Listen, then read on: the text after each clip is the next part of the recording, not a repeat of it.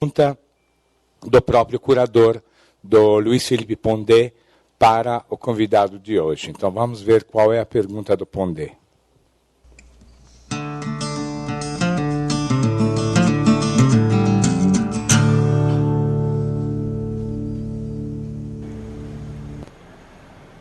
Dante Galian, após os acontecimentos da Noruega e a suposta extrema-direita de lá, assim como o crescimento da extrema-direita na França, na Holanda, na Suíça, será que os europeus não têm direito de não querer imigrantes ilegais nos seus países? Ou isso seria alguma forma de afeto errado? É possível amar alguém que invade a sua casa?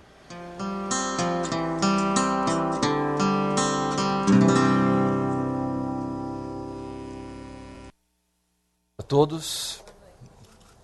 Em primeiro lugar, eu gostaria de agradecer o convite que me foi feito para estar aqui com vocês hoje. De maneira particular, quero agradecer ao Luiz Felipe Pondé, meu amigo, meu parceiro de pesquisa. Nós desenvolvemos um projeto de pesquisa junto, financiado pela FAPESP, cujo título é Patologias da Modernidade e os Remédios das Humanidades.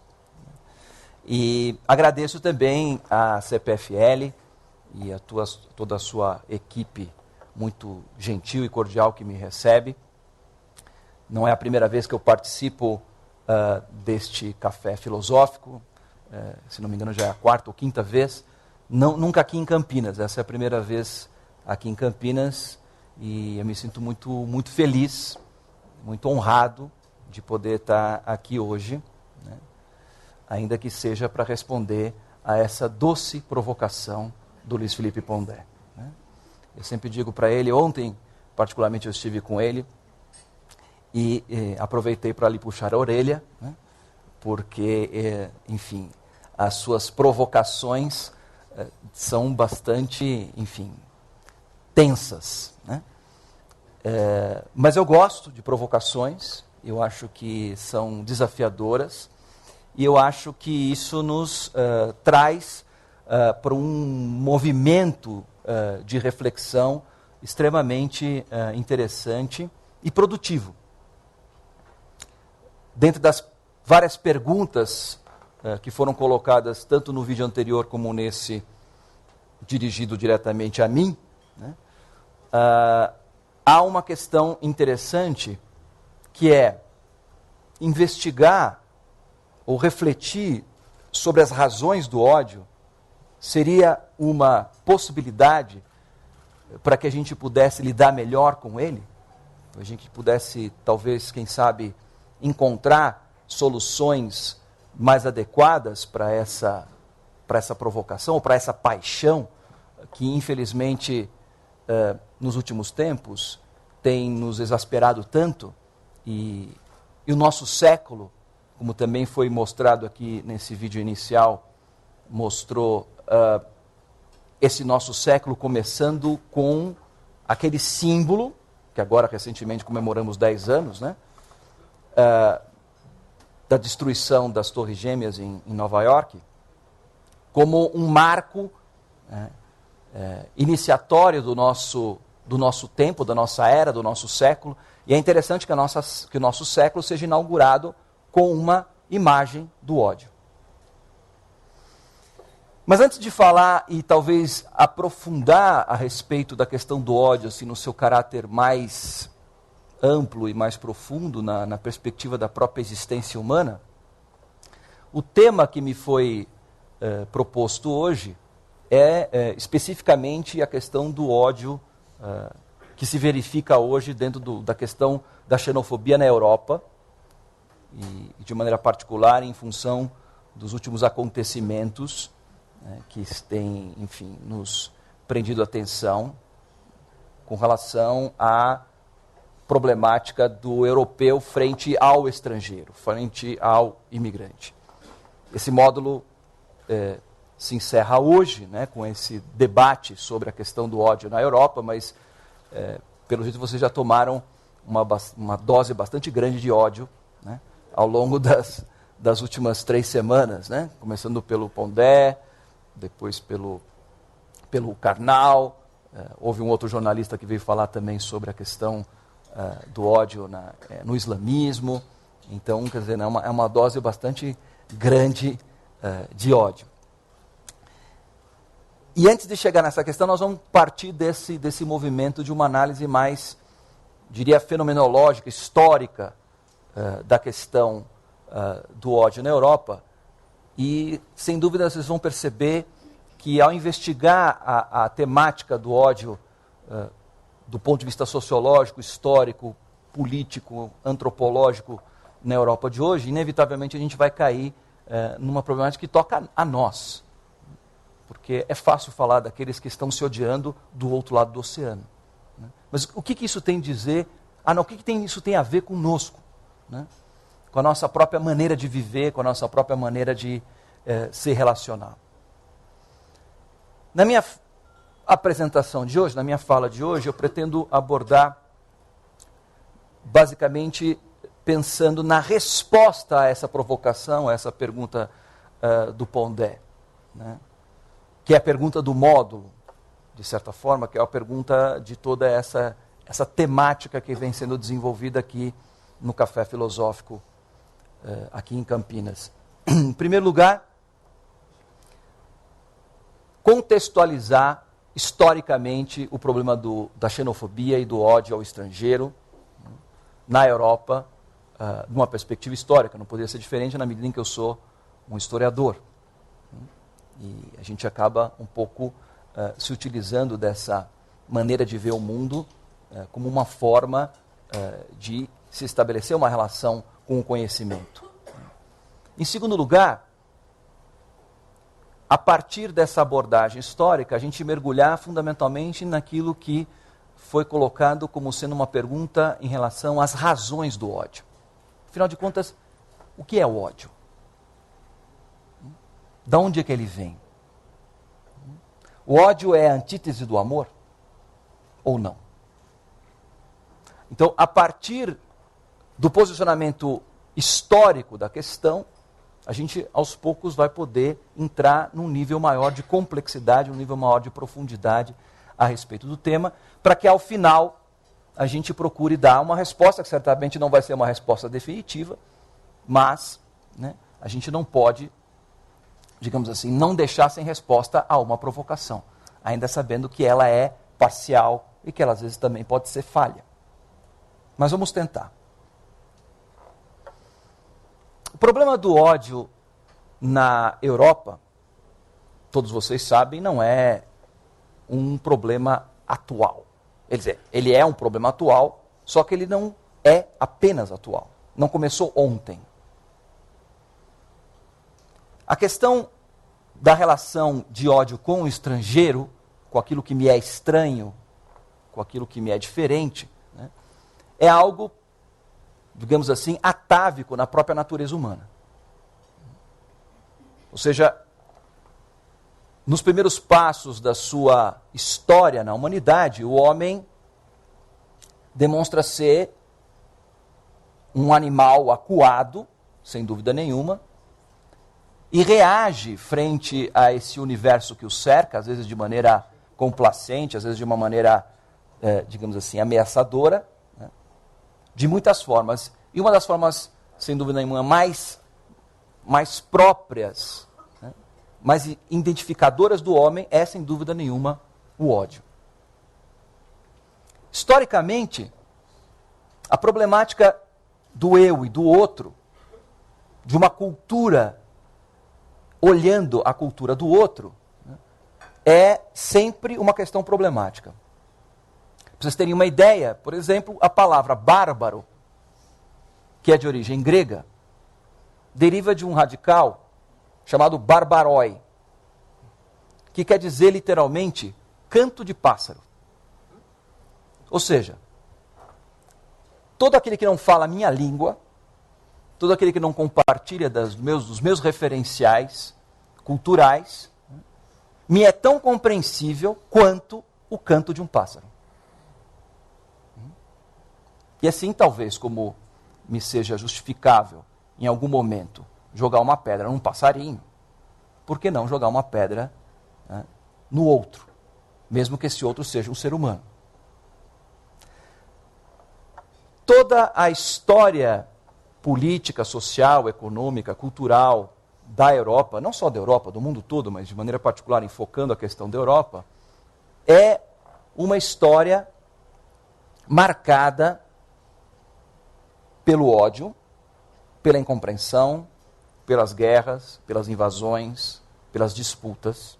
A gente sabe muito bem disso. Portanto, a questão da xenofobia, aí um outro termo, né? A nossa cultura, ela tem, a cultura ocidental, e a nossa cultura ocidental ela é fundamentalmente europeia, como vocês sabem, ela tem basicamente dois grandes pilares fundamentais. A cultura greco-latina e a tradição judaico-cristã. Então veja, a todo momento a gente vai estar falando de palavras, de termos, de conceitos, né, que tem uma história, e essa história em geral, né, ela está enraizada nesses dois pilares, nesses dois fundamentos. E quando eu falo de xenofobia, de novo, a gente está, né, se dialogando com os gregos. Xenos, né, o outro, o estrangeiro, o de fora. Fobia, medo. O medo do outro, o medo do estrangeiro. Parece que isso é algo atávico na nossa história, é algo que nos persegue ao longo do tempo. E essa maneira do desenvolvimento do ódio na história da Europa, né, é um elemento profundamente marcante, não só em relação ao não europeu, mas também entre os próprios europeus. Aliás, ela é mais comum, né, do ponto de vista histórico, nas disputas e nas guerras entre os próprios europeus do que propriamente com o inimigo de fora. Inimigo de fora que, num primeiro momento, na constituição da identidade europeia, que começa fundamentalmente na história antiga, com essa base, com esse fundamento greco-latino, né? Num primeiro momento ele é o persa. Né? A gente lembra das guerras médicas, que eu falo para os meus alunos de medicina, porque eu sou professor da escola de medicina, que não tem nada a ver com a intermédia, que são as disputas entre as várias escolas de medicina. Né? As guerras médicas é porque os gregos chamavam os persas de medos. Ela se desenvolve dentro da perspectiva em que, na cultura latina, se tenta criar uma ideia de império a partir da base, do fundamento da cultura e do direito romano, na época do Império Romano, né? E se começa a estabelecer um princípio de unidade e de identidade em torno daqueles valores que são os valores fundadores da Europa, que vão sofrendo, né, indas e vindas nesse processo, até que efetivamente ele se consolida muito recentemente. A noção de uma Europa unida, a noção de uma Europa do mercado comum europeu, como vocês sabem, é algo da segunda metade do século XX. Antes desse período, né, o que nós temos é tentativas de se pensar numa perspectiva de União Europeia quase sempre imposta pela força. Começando pela ideia do Império Romano, passando pela ideia do Sacro Império Romano Germânico, ainda na época da Idade Média, o Império Franco, né, o Império do Carlos Magno, né, e depois, mais adiante, mais modernamente, pensando, por exemplo, em Napoleão e, finalmente, Hitler. São todas tentativas de dar um conjunto, de dar uma identidade, uma unidade europeia em torno de um ideal comum, mas quase sempre imposto, né, a partir de um determinado lugar, a partir de uma determinada pessoa, a partir de uma determinada nação. Só muito recentemente, portanto, é que a gente observa, né, um certo conserto, né, do ponto de vista, conserto esse que nós vemos nos dias que passam, nos momentos mais atuais, né, que novamente se vê ameaçado, né, com a própria questão da discussão sobre a sustentabilidade, que é uma palavra que está muito na moda, né, a sustentabilidade do euro, né, da zona do euro, né, e dos próprios princípios fundamentais que constituíram a comunidade europeia, que passam agora a ser ameaçados e que tem a ver com todo esse processo que eu quero depois me aprofundar um pouquinho mais. Então, todo esse movimento de aglutinação, de agregação, que definiu uma Europa comum em relação ao outro, como nós vimos, é um processo bastante recente. E de maneira particular, ele se dá no pós-Segunda Guerra Mundial. É claro que a Segunda Guerra Mundial trouxe uma lição, do ponto de vista histórico, muito traumática, que obrigou, fundamentalmente, a se repensar toda a fundamentação dos princípios de convivência do âmbito continental e pensando até da perspectiva do âmbito da sobrevivência da cultura ocidental. Sem dúvida nenhuma, foi um aprendizado doloroso, mas que resultou efetivamente numa conquista que, antes da Segunda Guerra Mundial, ela era meramente teórica. O concerto das nações. Quando tudo parecia muito bem ajustado, consertado, e a gente caminhava para um novo momento de paz, de prosperidade, de união, na construção de uma sociedade mais justa, mais fraterna, mais feliz, pelo menos para os europeus, nós começamos a vislumbrar também uma série de outros problemas que começam a eclodir, principalmente no final desse século XX, do século que passou, e início do século XXI.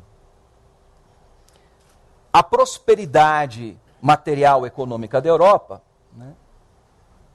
levou à necessidade de uma mudança do ponto de vista das relações de trabalho, das relações de sociedade, que abriram a sociedade europeia, abriram as fronteiras europeias, para uma série de outros contingentes populacionais não europeus, que começaram a ser absorvidos pelo crescimento econômico europeu, do ponto de vista industrial, do ponto de vista dos serviços, do ponto de vista do comércio, da sociedade de maneira geral.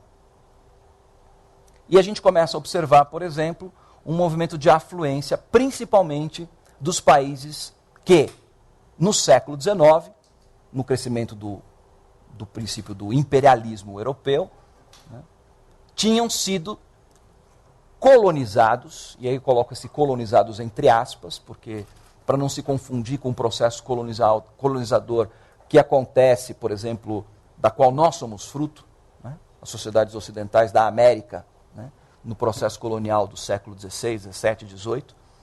O processo colonial do século XIX foi bastante diferenciado, foi muito mais focado no aspecto de gerar recursos para uma indústria, para uma revolução industrial que estava em curso, então, portanto, busca de novos recursos para essa indústria e abertura de novos mercados. De maneira que o processo de europeização muito forte e muito característico do chamado primeiro movimento colonial, da qual nós somos frutos, o Brasil, a América Latina, os Estados Unidos, assim por diante, ocorreu de uma forma completamente diferente nesse segundo momento, no século XIX, principalmente olhando o caso da África e da Ásia.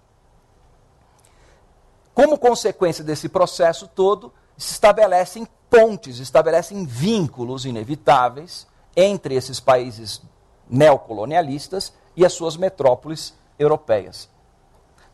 A partir da segunda metade do século XX, com um novo salto do desenvolvimento econômico possibilitado, por exemplo, pelo Plano Marshall, pelos investimentos norte-americanos na Europa, justamente para impedir, criar uma barreira de penetração do comunismo, que era uma realidade efetiva no leste europeu. Então era preciso que a Europa do Oeste crescesse, se desenvolvesse e aumentasse o seu nível de vida para evitar com que a propaganda marxista efetivamente acabasse contaminando e levando esses países à revolução, o que significaria a perda da hegemonia norte-americana e do capitalismo naquele contexto, levou necessariamente à necessidade de você aumentar drasticamente a perspectiva da mão de obra especializada e não especializada na Europa. Então, a partir da década de 50, principalmente, a gente começa a ter uma afluência de imigração, né, principalmente dos países da Ásia e da África, para os países mais desenvolvidos da Europa, né, que vão, digamos assim, se consolidando, num primeiro momento com um certo problema, em função de que era algo muito novo, quer dizer, até a Segunda Guerra Mundial, os países europeus eram exportadores de pessoas. Haja vista, por exemplo, o que aconteceu aqui no Brasil, principalmente na região Sudeste e Sul, onde, basicamente, grande parte do contingente populacional é de origem europeia. Então, você passa de uma realidade histórica na qual o continente ele é exportador de mão de obra para se tornar um país importador de mão de obra e uma importação de uma mão de obra que efetivamente não acontecia historicamente em séculos muito recentes. Então, houve um primeiro momento de difícil acomodação dessa realidade, mas, em fases de prosperidade, há lugares para todos. De maneira que a prosperidade econômica ela tende a minorizar os efeitos que esses encontros, esses choques culturais podem acarretar. Isso a gente observa um certo movimento de flutuação nesse processo que está ligado às fases de crescimento e retração da economia. Se a gente olhar mais ou menos do ponto de vista histórico, a gente vai perceber que os conflitos étnicos, culturais, né, xenófobos na Europa, eles vão seguir um ciclo que está ligado aos períodos de maior e de menor crescimento na economia dos países importadores de mão de obra da Europa, da Ásia e da África.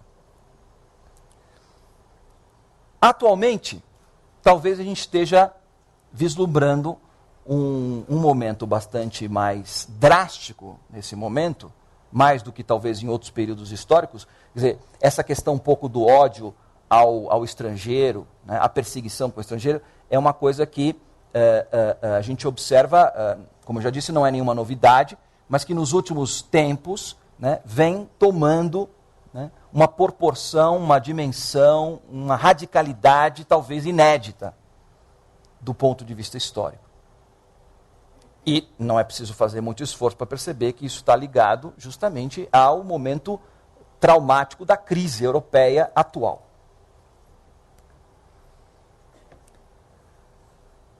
Olhando assim do ponto de vista meramente político, social e econômico, as coisas parecem parece simples. Simplesmente é isso, quer dizer, os europeus estão atravessando uma crise, o desemprego está subindo, os estrangeiros ocupam as posições, os postos de trabalho dos próprios europeus, e é natural, então, que o europeu, que até então estava acostumado com um nível de vida, com um certo luxo até, né, do ponto de vista do seu cotidiano, né, com as suas necessidades materiais, sociais, de saúde, né, de atendimento social, de seguridade social atendida, nesse momento se vê numa situação de fragilidade. Então é natural, né, que ele comece a culpar, né, o outro, de maneira particular o estrangeiro, porque quando você olha numa cidade como Paris, ou como Londres, ou como Berlim, e você não precisa fazer muito esforço para perceber que são cidades cosmopolitas onde grande parte da população é de origem estrangeira. Porém, se a gente começa a analisar um pouco mais profundamente, a gente vai perceber que a situação é um pouco mais complexa do que parece. Como já dizia Shakespeare, há muito mais entre o céu e a terra do que a nossa vã filosofia pode imaginar. Para desenvolver essa minha tese, para desenvolver essa linha de raciocínio, eu gostaria de pontuar dois fatos concretos muito recentes. O primeiro é esse que, inclusive, o Pondé, na sua fala, já mencionou. fato muito noticiado, que é do conhecimento de todos e que é bastante emblemático nesse contexto todo, que foi o atentado na Noruega. Aquele jovem, né, que munido de armas, vai a uma ilha na Noruega, na paradisíaca Noruega, país emblemático do estado de bem-estar social, quer dizer, podemos dizer assim, o admirável mundo novo construído na Europa na segunda metade do século XX, e começa a disparar a esmo nos jovens, nas pessoas, na sua grande maioria jovens, né, que estavam lá num momento aí de retiro, de convívio, né, do Partido Social Democrata norueguês. Partido esse, né, identificado como sendo o grupo político, né, responsável pela manutenção e promoção do atual modelo social, político e econômico da Noruega. Um desastre, uma coisa chocante, até porque, efetivamente, uma coisa inédita naquele país. Né? E ao observar também que esse terrorista, né, não se tratava de um estrangeiro. E o desconcertante nessa história toda é que o terrorista não era estrangeiro, mas era um norueguês, e o alvo do terrorismo não eram os estrangeiros, mas os próprios noruegueses. Primeiro fato, que mostra já a complexidade da questão. Segundo fato, que eu gostaria de pontuar aqui e depois trabalhar para a gente aprofundar a nossa questão, é um que provavelmente não, com toda certeza é menos conhecido. Talvez poucos de vocês tenham notado isso, ou tenham tido acesso a essa informação. Eu particularmente tive acesso mais diretamente a isso, porque coincidiu que quando esse fato aconteceu, eu estava na Europa, estava na Espanha, isso foi no começo desse mês de setembro, participando de um evento, de uma conferência, de um seminário, na cidade de Saragoça, né, e tendo acesso à imprensa local, tanto do ponto de vista da mídia televisiva, quanto do ponto de vista jornalístico, me chamou a atenção um fato que foi pouco noticiado, mas que também é muito emblemático da complexidade do problema da xenofobia na Europa. Vocês sabem, a Espanha está numa situação, dentro dos países europeus, bastante periclitante. Né? Haja vista os índices de desemprego que ultrapassam os 20% oficiais. Sabemos que, por exemplo, se você pegar só a categoria dos jovens, esse índice chega a 40%.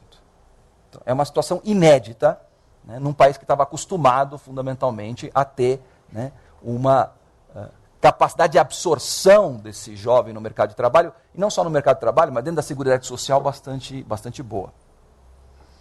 O que aconteceu na Espanha agora, há poucas semanas atrás? Terminando o verão, começa o período da colheita. E a região sul da Espanha, como vocês sabem, é uma região bastante importante do ponto de vista agrícola, né? Porque ela é uma grande produtora de azeitonas, né, para a produção de azeite, de oliva, e de uva, para a produção de vinho, assim por diante. E a Espanha é uma grande exportadora desses produtos agrícolas, com denominação de origem, com alto valor agregado, e assim por diante. Né? Coisa extremamente sofisticada, e que depende, já faz mais de 20 anos, depende da mão de obra estrangeira para a realização desse tipo de serviço. Então, ao final do mês de agosto, né, tradicionalmente, milhares de marroquinos, argelinos, né, albaneses, romenos, afluem a essas regiões da Espanha como trabalhadores temporários para trabalhar na colheita.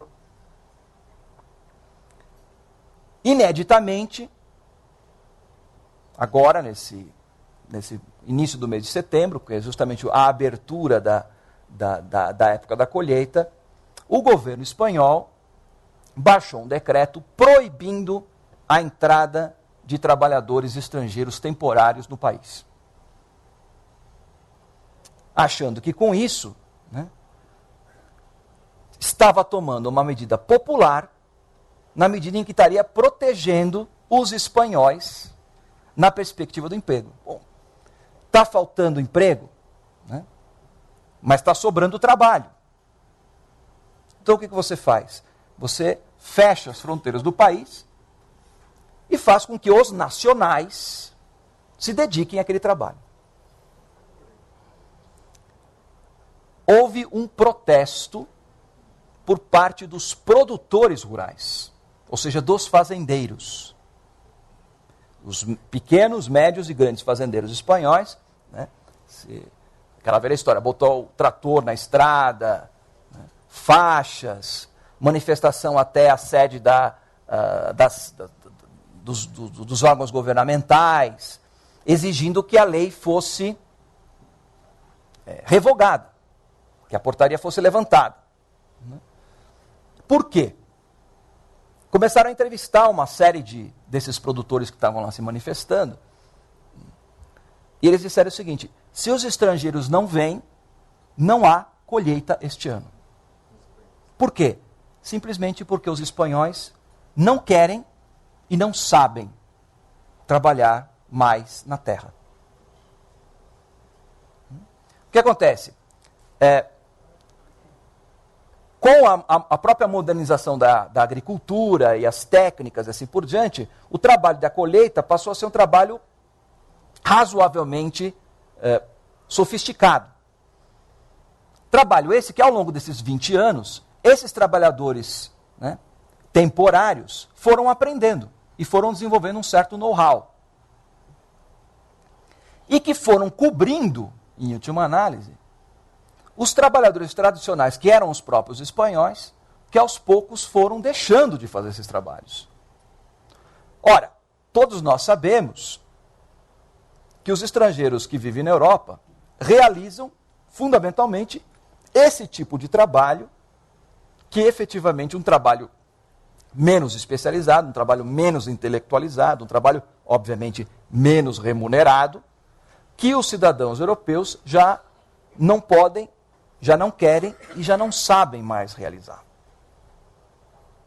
De maneira que vocês estão percebendo que a questão é bastante complexa. O Pondé perguntava, nessa sua questão provocadora: não têm os europeus o direito de fechar as suas fronteiras? Direito eles têm, tanto é que eles usam desse direito. Né?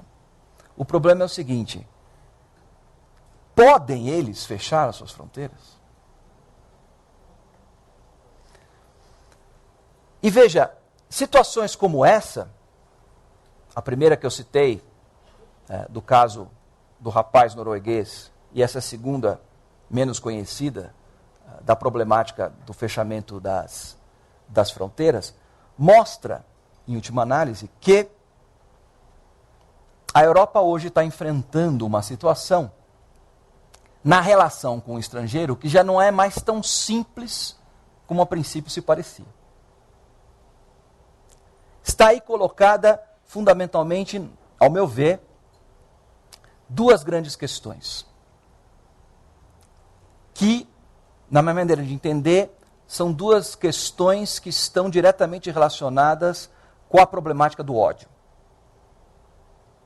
A primeira delas é o incômodo de ver no estrangeiro aquilo que eu era e não sou mais. Uma das justificativas do jovem norueguês que cometeu esse ato de terrorismo era o fato de que ele estava se vingando daqueles responsáveis do Partido Social Democrata que haviam criado essa situação na Noruega, que em última análise havia comprometido a própria identidade do país. Quer dizer, chega a ser de uma sofisticação do ponto de vista pragmático bastante impressionante. Quer dizer, matar jovens é, de certa forma, tentar impedir com que novas lideranças surjam.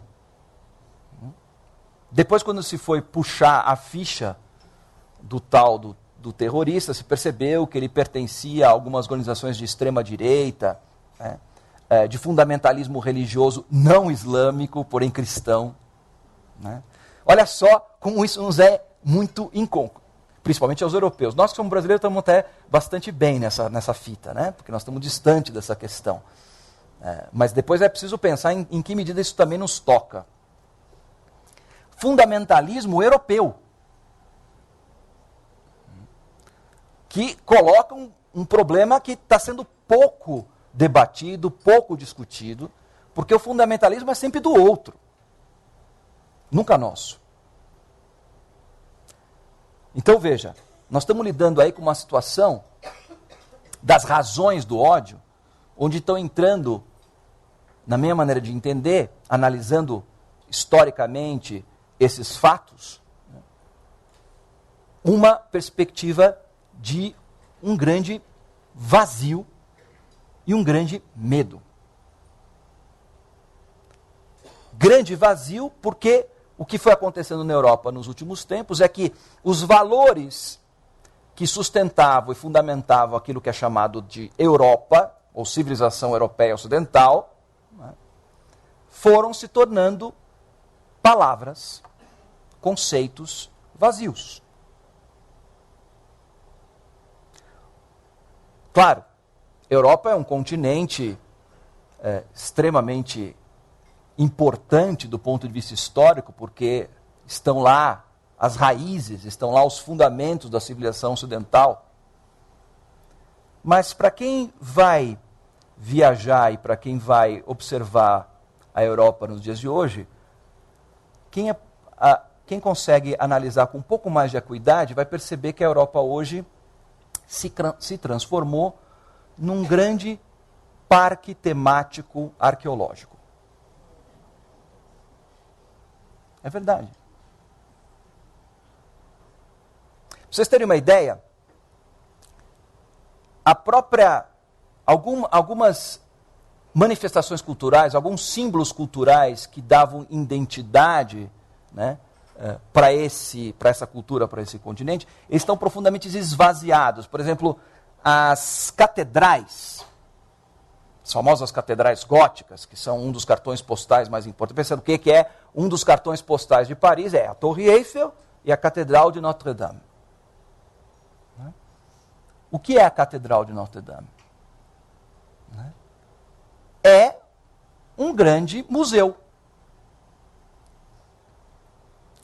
Eu presenciei uma vez uma cena, não em Paris, não em Notre-Dame, mas numa outra igreja, num outro país, na Itália, onde eu percebi alguns europeus profundamente irritados, porque havia acabado de chegar um grupo de japoneses para visitar uma igreja onde haviam grandes obras de arte, né, nas paredes, nos vitrais, assim por diante, e havia um grupo de latino-americanos, africanos, enfim, gente que você percebia que era morador da cidade, mas de origem estrangeira, que estavam, pasmem vocês, rezando. Estavam rezando na igreja. E o guia turístico, que era um italiano, assim por diante, ficou indignado com aquela situação, porque aquela igreja não é mais para rezar. Eles estavam atrapalhando, né, o grupo de estrangeiros endinheirados, que estava chegando para visitar a igreja. E foi interessante perceber, por exemplo, uma das pessoas que se levantou ao se sentir acuada e disse em italiano: "Ma questa è la casa di Dio." E o responsável respondeu: "Casa de Dio."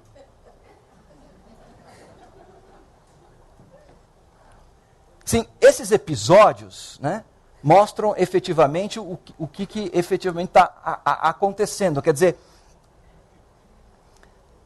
esse símbolo da catedral, assim como de outros monumentos e templos e museus, assim por diante, eles vão se tornando, né, elementos no qual, do ponto de vista estético, ainda se mantém a beleza, né, ainda se mantém o atrativo, assim por diante, mas que do ponto de vista ético, aquilo já não significa mais nada. É esse sentimento, essa percepção, principalmente por parte do próprio europeu, em relação ao que está acontecendo com esse processo de esvaziamento dos seus princípios, esse esvaziamento ético. E aí eu estou pensando em ética, não no sentido mesmo do ponto de vista meramente moral, hein? Estou falando mesmo no sentido do ethos, naquilo que dá valor, naquilo que dá sentido a uma cultura, a uma civilização e assim por diante. É um movimento meio que inevitável. Né? Mas é, por outro lado, um movimento vertiginoso. Porque na medida que você vai esvaziando de sentido uma cultura,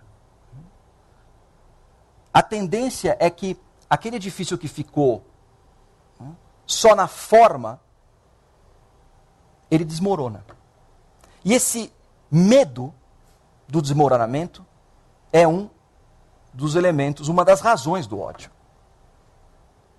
A gente sabe muito bem, do ponto de vista psicológico, do ponto de vista ontológico, que uma das causas do ódio é o medo.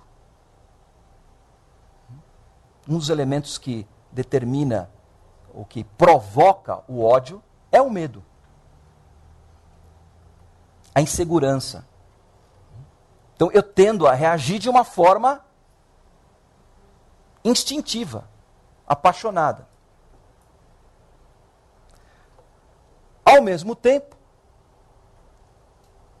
identifica-se, portanto, é mais fácil colocar a culpa no outro do que em si mesmo. Isso a gente sabe do cotidiano, né?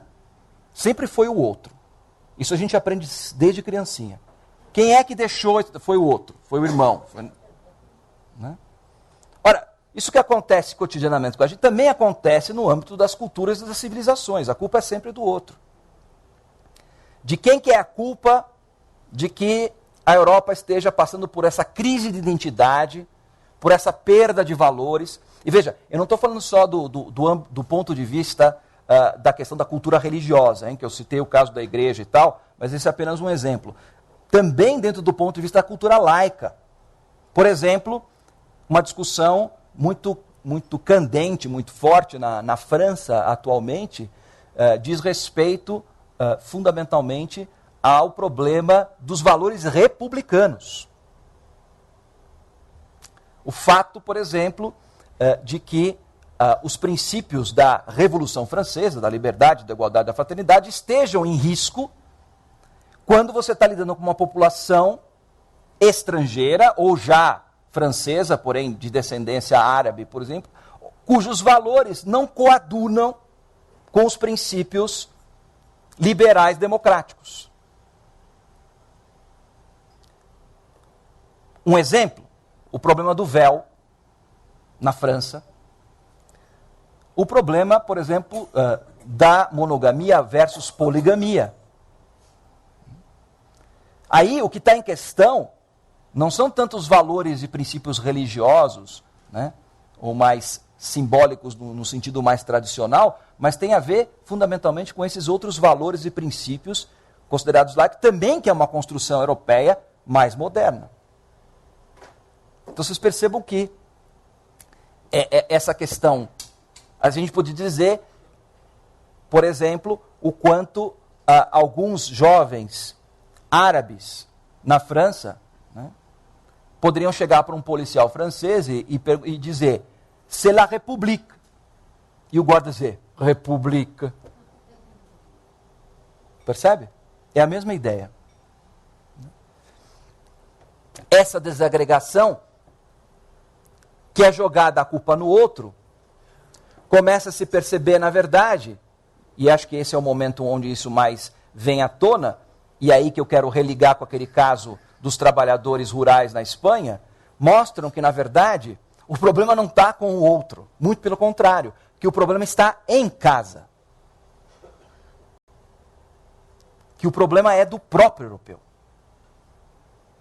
No sentido, efetivamente, de que quem colocou tudo isso em xeque foi ele mesmo, a partir do momento que se fez uma opção. Essa opção foi uma construção ideológica, política, social, que chama-se Estado do Bem-Estar Social. Onde, efetivamente, a questão, o valor absoluto é a problemática do bem-estar, de um Estado que financia todas as necessidades, que permite ao cidadão se desvencilhar das preocupações da sua sobrevivência, do emprego, do acesso à escola, do acesso à saúde, para, na sua grande maioria, como a gente sabe, tanto na Inglaterra quanto na Noruega, assim por diante, onde a gente vê, por exemplo, gerações, não é nenhuma nem duas, que vivem sem nunca ter trabalhado. Vivem da Seguridade Social. E que de repente agora fala assim, bom, o nível de desemprego subiu, senhores, voltem a trabalhar. Voltar? Mas eu nunca fui. Como é que eu posso voltar? Eu fecho a fronteira para os estrangeiros, né, como um recurso retórico, em última análise, para proteger o emprego para os europeus. No entanto, eu esqueci de proteger os europeus do emprego. É uma situação bastante complexa e é uma situação na qual o deparar-se com essa situação tensa, complexa, na qual de repente eu vejo que talvez a culpa não seja do outro, porque é fácil culpar o outro, como eu já disse, né? Mas quando de repente você começa a perceber através desses elementos muito pontuais, de que talvez a culpa não seja do outro, mas seja de você mesmo, a tendência a crescer o medo e o ódio é enorme. Mas afinal, dentro desse contexto todo, que a gente sai de uma perspectiva histórica, passando por uma perspectiva que eu poderia chamar de sociológica, né, ao trazer dois fatos, dois elementos bastante atuais dentro do contexto europeu, né, talvez a gente esteja um pouco mais instrumentalizado para entender efetivamente essas razões do ódio. Afinal de contas, o que é o ódio? De onde ele nasce? De onde ele vem? Ao pensar nessa provocação, nesse tema que me foi proposto hoje, eu me lembrei que não há muito tempo eu encontrei num livro, por acaso, coisa de historiador, né? Estava lendo um livro do século IX.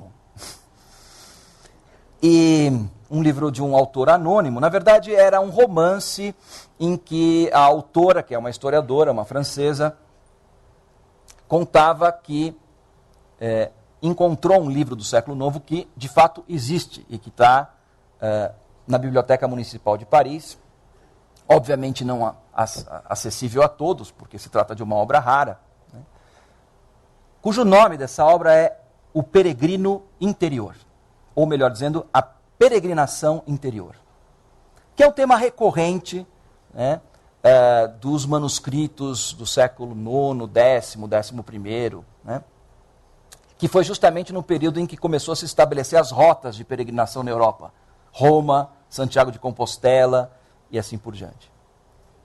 E essa tendência um pouco a se fazer um paralelo, uma analogia entre a peregrinação exterior, de você sair de uma zona longínqua para uma cidade, né, de culto, como era Santiago de Compostela, ou como era Roma, ou como era Jerusalém, e que esse caminho exterior correspondesse há todo um processo de caminhada interior, de crescimento interior. Depois o Paulo Coelho também explorou essa questão, virou best-seller, assim por diante. Mas esse livro não pode dizer que é um best-seller, porque naquela época não existiam essas coisas, até porque não existia imprensa, e os livros todos eram feitos com iluminuras, de maneira que a possibilidade de reproduzir isso era praticamente mínima.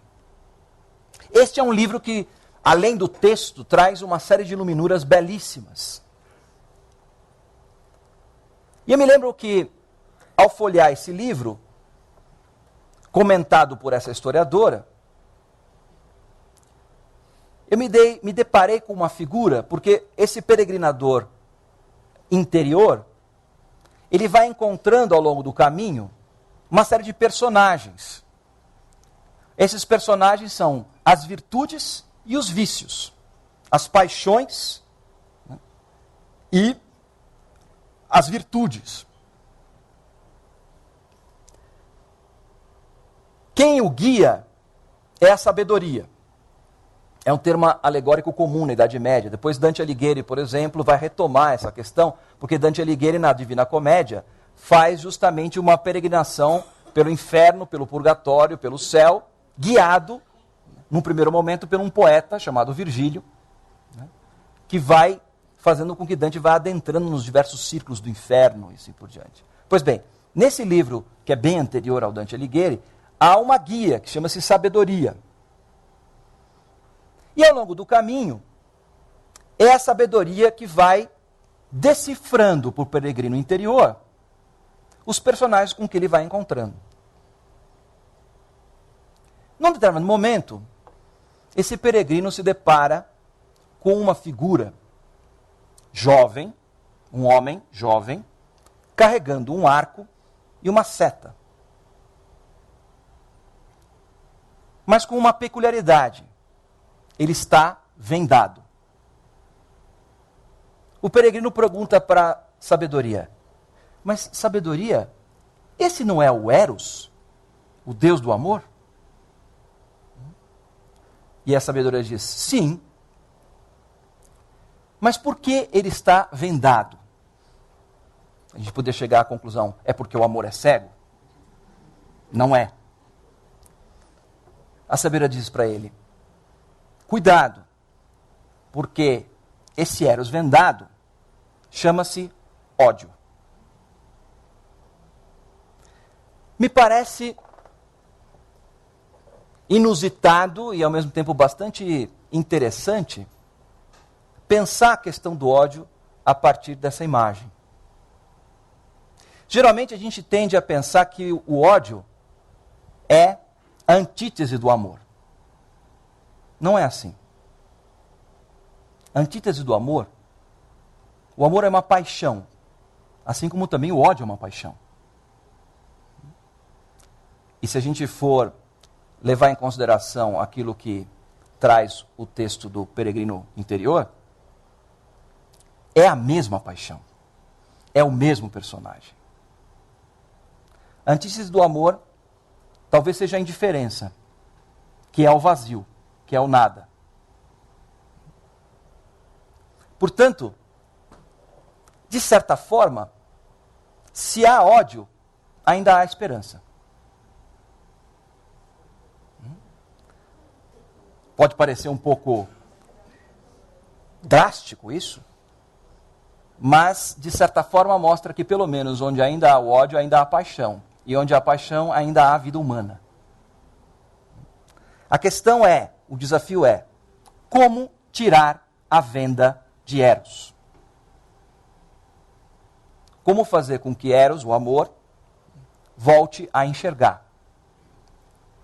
Me parece que esse é o grande problema, né, da questão que eu mencionava atrás, como sendo uma das razões mais fortes da questão do ódio na Europa hoje, e acho que não só na Europa, no mundo, que é a nossa cegueira. O amor cego causa tragédias, causa destruição, porque ele é o ódio. Tirar a venda significa um processo no qual de descoberta do outro. Mas não com esse discursinho pós-moderno, né, da descoberta de um outro, que na verdade não é o outro, mas é a nossa projeção no outro. Na verdade, eu só me interesso pelo outro na medida em que ele reproduz aquilo que eu sou. Por que vocês acham que ficou todo mundo tão encantado e tão animado com a tal da Primavera Árabe? Porque esses revolucionários e por diante não estavam revolucionando, não estavam derrubando governos em nome dos princípios islâmicos ou em nome dos princípios daqueles que nos são distantes, mas em nome dos nossos próprios princípios, da democracia, da liberdade, da fraternidade e assim por diante. Com isso não quero dizer que eu não ache importante e interessante a liberdade, a fraternidade e assim por diante. Mas o problema é que a gente tem que ver em que medida nós estamos realmente dispostos a levar em consideração ou a encarnar, a vivenciar esses valores. Porque para nós, venhamos e convenhamos, são valores muito mais retóricos do que reais.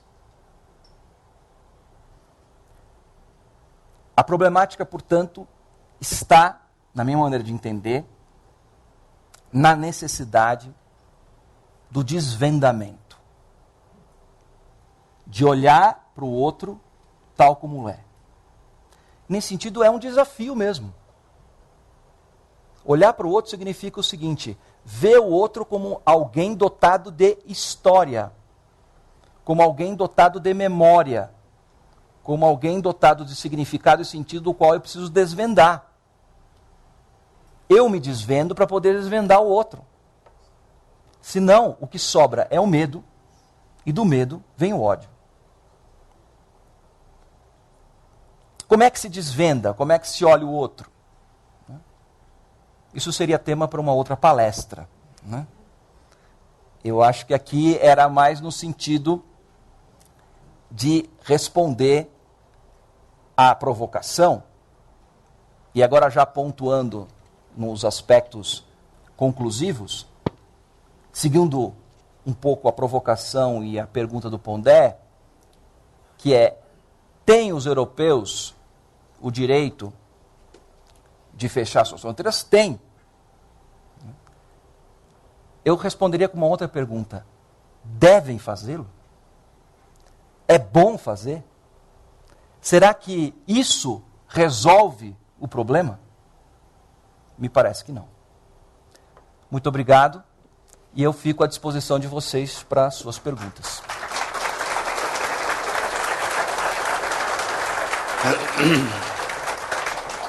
Hoje nós temos na nossa frente Dante, que é um grande contador de histórias, como vocês estão vendo. Poderia escrever uma história policial, porque ele mantém em suspenso o nosso espírito até o fim. É um mestre assim, infalível, né, na construção da história. Ele prendeu a nossa atenção do começo ao fim, tentando descobrir justamente junto com a gente, levando a gente nesse percurso histórico até essa imagem emblemática do amor cego, né? Achei fantástico, não sei, acredito que vocês também devem ter se emocionado com isso. Então, agora aproveitamos a presença dele para fazer perguntas. Levantem a mão, serão atendidos na ordem, tentem ser objetivos na pergunta, de modo que a gente pode dar oportunidade ao máximo número de pessoas. Levante a mão, a Cláudia está aqui para atendê-lo, e a Gabi também. Esperem só um segundo que a câmera chegue até vocês, de maneira tal que estamos gravando o evento. Obrigado.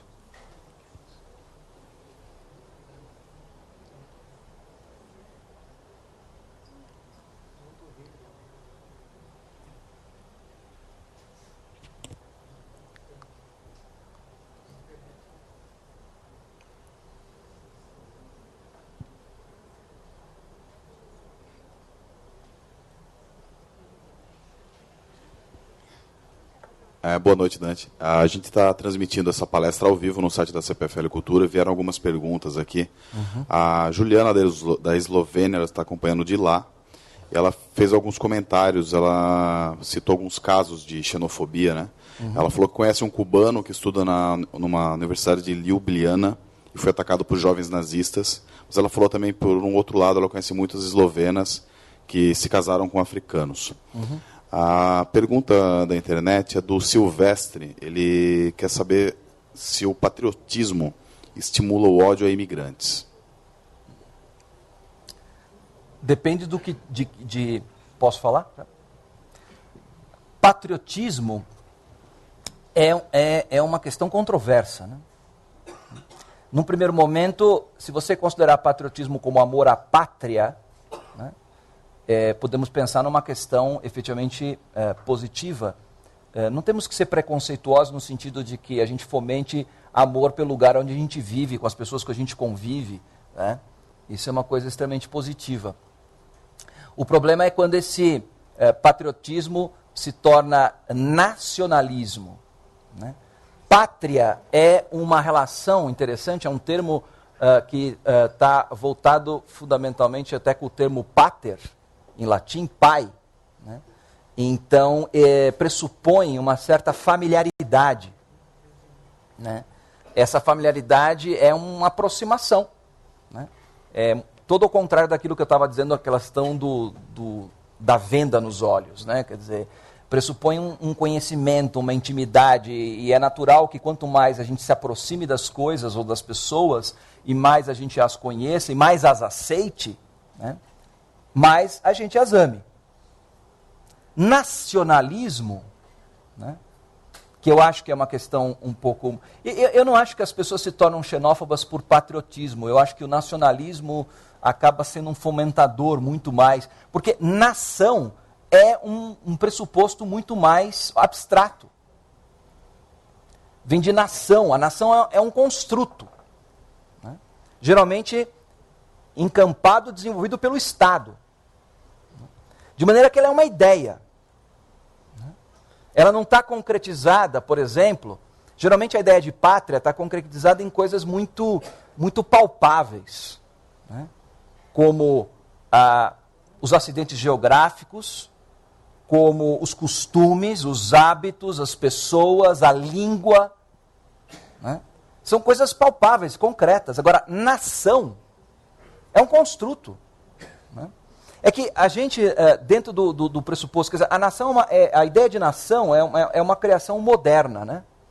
E a modernidade, ela tem essa característica de tentar achar que o mundo que a gente concebe aqui na cabeça é melhor do que o mundo que a gente vive.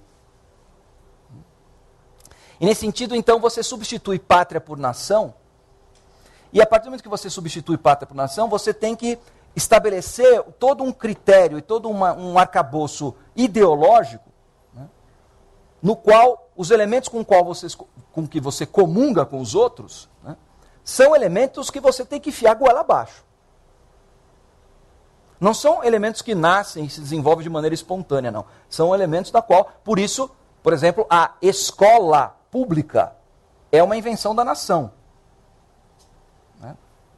Não estou fazendo propaganda contra a escola pública, mas uma dos elementos históricos pelo qual gerou o nascimento da escola pública, que aqui no Brasil não funciona dessa forma, né? Mas em geral na França, né, e na Europa funciona assim, é desenvolver e incutir uma ideologia nacionalista, que durante todo o século XIX e século XX foi importantíssimo, e que gerou o que aconteceu.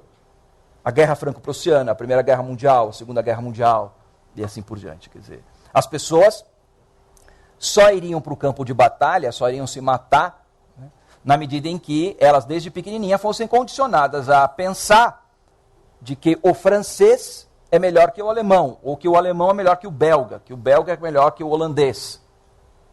Senão as pessoas não se lançariam nessas guerras suicidas que a gente viu acontecer de forma pródiga no século XX. Então, é preciso distinguir, é preciso matizar um pouco melhor essa questão do patriotismo, porque sem patriotismo também a gente perde completamente o vínculo com o lugar e com as pessoas na qual nós convivemos. Por outro lado, substituir esse patriotismo pelo nacionalismo gera xenofobia. Então, como encontrar esse equilíbrio? Tirando a venda, né? é preciso conhecer a história do outro. Eu insisto nesse ponto porque eu tenho tido experiências, dentro da minha experiência universitária, assim por diante, uma das linhas de pesquisa que eu venho desenvolvendo dentro do meu departamento, do meu centro, é a história oral de vida. Né? É uma metodologia que a gente usa para conhecer a história do outro. E os resultados disso, não só do ponto de vista científico, são bastante interessantes, mas do ponto de vista humanístico. Fica mais difícil você odiar alguém quando você conhece a história de vida daquela pessoa. Isso é fato. Talvez uma das principais armas contra o ódio é o conhecimento da história do outro. Seja da história no sentido nacional, no sentido cultural, seja e principalmente no sentido pessoal, individual. Eu vi trabalhos muito interessantes acontecendo na própria Europa, assim por diante, onde em algumas comunidades, eu mesmo durante um tempo em que eu estive morando na França, haviam grupos de comunitários em que as pessoas daquela comunidade, principalmente os estrangeiros, eram convidados, né, a irem lá para contar as suas histórias. Porque o cara que mora do lado da casa dele só sabe que ele usa véu, que ele fala árabe e que, portanto, ele é uma ameaça. E as pessoas se surpreendem em saber que aquele cara, que pode ser a própria encarnação do Bin Laden, né, é uma pessoa que tem história, que tem vida, que tem sofrimentos, que tem desilusões, passa por dificuldades. Né? Por detrás do véu daquela senhora lá, tem uma história de vida. Né? Sonhos, que às vezes podem ser os mesmos sonhos daquela outra europeia que mora do lado da casa dela. Então, essa abertura através da narrativa, através da arte, por exemplo, porque a arte é uma maneira o Giancarlo brincou comigo agora falando que eu sou um grande contador de histórias, mas é que não tem outro jeito mesmo. Ou a gente se transforma todo mundo em grandes contadores de história, e eu estou falando contar história através do quê? De narrativa, de música, de fotografia, né? Então eu acho mesmo, eu acredito no Dostoiévski, eu acho que a beleza vai salvar o mundo. Eu acho que a maneira, o antídoto do ódio é a arte, é a narrativa, né? É a contação de histórias. Não sei se eu respondi a pergunta, mas enfim. Oi.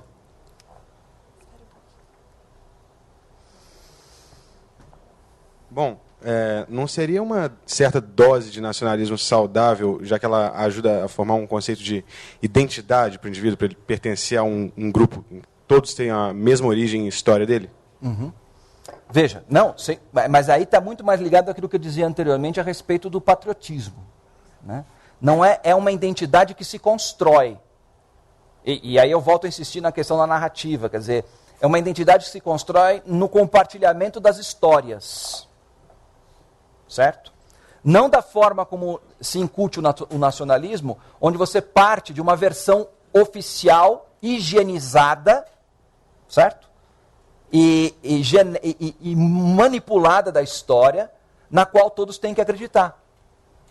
Ora, em última análise, né, essa é uma maneira de fomentar a ignorância. E, infelizmente, às vezes a mídia presta um grande desserviço nesse sentido. Porque o que ela faz? Ela fica simplesmente reproduzindo os estereótipos, né, que a gente... Né? Por exemplo, o cinema faz isso direto também. Né? O cinema, por exemplo, alguns filmes de Hollywood mostram assim, quem é o terrorista? O terrorista não tem história. Já percebeu? O terrorista é uma máquina de matar que, sei lá, surgiu, pululou não sei de onde, pegou uma metralhadora, botou um monte de bomba em torno do cinto e saiu por aí, matando e, enfim, dizimando as pessoas. E é bom para esse tipo de ideologia, né, que não se tenha história, porque a história humaniza.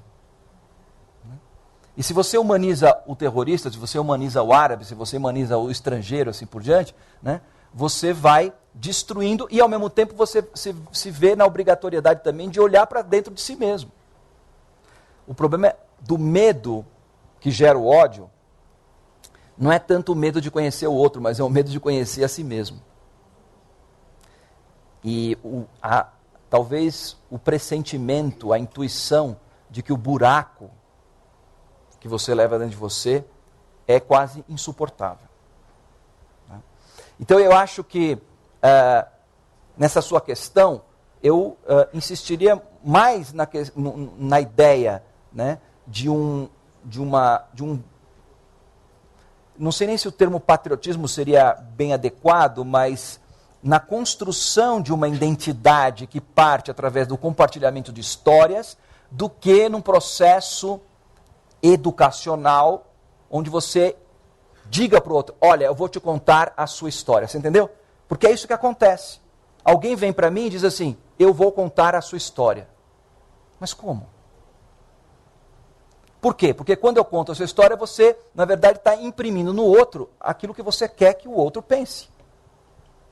Esse nacionalismo, em última análise, ele não traz identidade. Ele traz uma falsa identidade que gera o ódio, que gera a violência e assim por diante. Quer dizer, isso que aquela menina da Eslovênia colocava, né, o que é a ideologia nazi? Né? Quer dizer, Hitler tentou criar, olha só que doideira, ele tentou criar uma história alemã que não existia.